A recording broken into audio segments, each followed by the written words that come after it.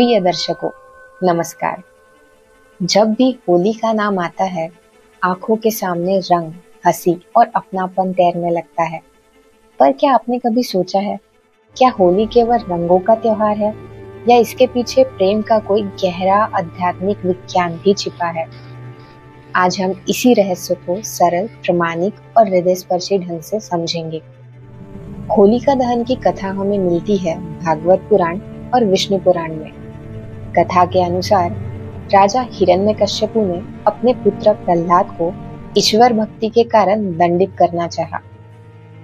उसकी बहन होलिका प्रहलाद को अपने गोद में लेकर अग्नि में बैठी, परंतु ईश्वर के प्रति सच्चे प्रेम और विश्वास के कारण प्रहलाद सुरक्षित रहे। इस प्रसंग का आध्यात्मिक अर्थ है, जहाँ अहंकार जलता है वहाँ प्रेम बच जाता है। इस प्रसंग से हमें सीख मिलती है, प्रेम और श्रद्धा भय और हिंसा से कहीं अधिक शक्तिशाली है। ब्रज की होली का उल्लेख हमें गीता गोविंद जैसे ग्रंथों में मिलता है।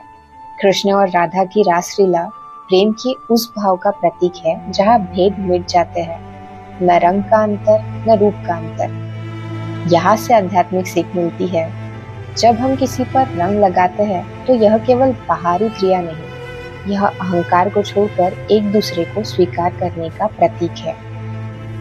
आधुनिक मनोविज्ञान बताता है कि रंगों के संपर्क से मस्तिष्क में डोपामिन और सेरोटोनिन जैसे हैप्पी हार्मोन सक्रिय होते हैं। सामूहिक उत्सव सामाजिक दूरी कम करते हैं और ऑक्सीटोसिन यानी बॉन्डिंग हार्मोन को बढ़ाते हैं। यही कारण है कि त्योहारों के बाद लोग अधिक जुड़ाव और प्रसन्नता महसूस करते हैं। इस प्रकार होली का प्रेम केवल भावात्मक नहीं, जैविक रूप से भी सिद्ध है।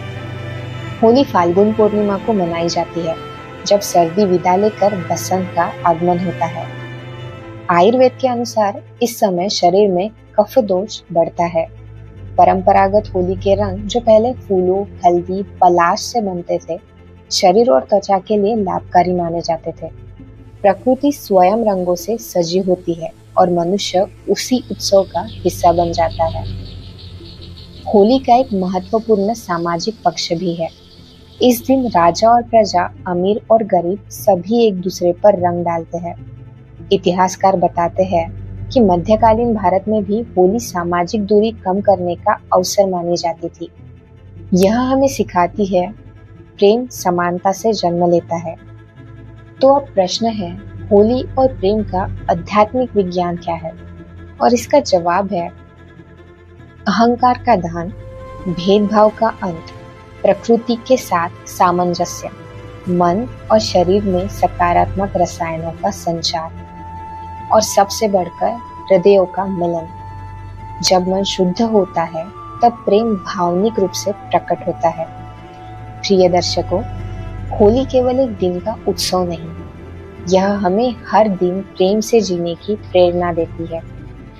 इस बार आप जब किसी को रंग लगाएं, तो केवल गुलाल ही नहीं, अपने मन की शुभकामनाएं और स्नेह भी अर्पित करें, क्योंकि सच्ची होली वही है जहां प्रेम का रंग कभी फीका ना पड़े।